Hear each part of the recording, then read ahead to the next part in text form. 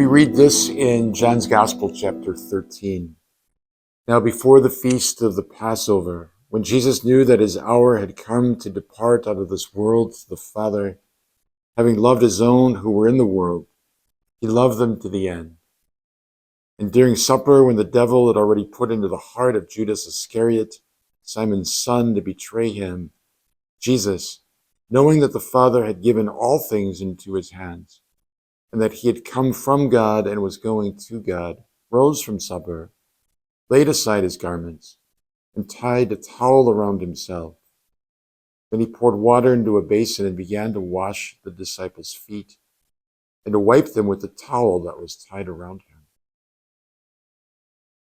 As we approach Holy Thursday, we ponder the great gift of the Lord's Supper. And we see there in that Passover meal that the Lord transforms into the gift of himself, both the institution of the Eucharist, and with that the institution of the priesthood, but also the foot washing, which we only receive in John's Gospel.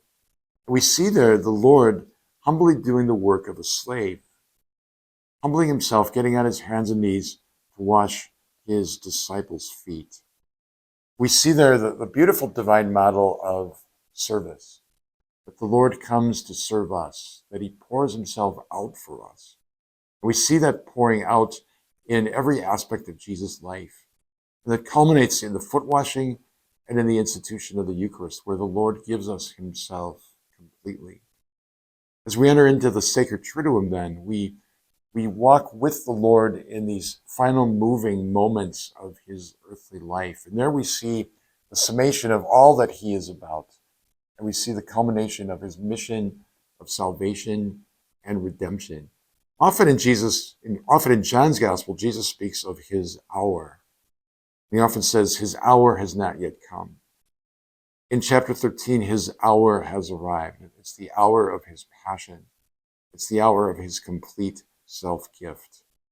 And so when we study the life and death of the Lord, we discover there that our life is not about self-fulfillment.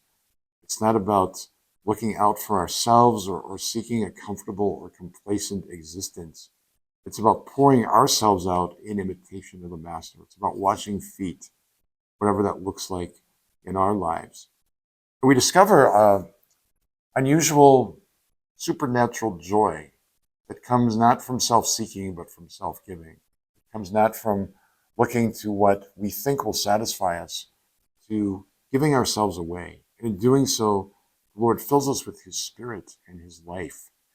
So this Holy Thursday, I encourage all of you to go to the Mass of the Lord's Supper held in the evening in all of our pastorates.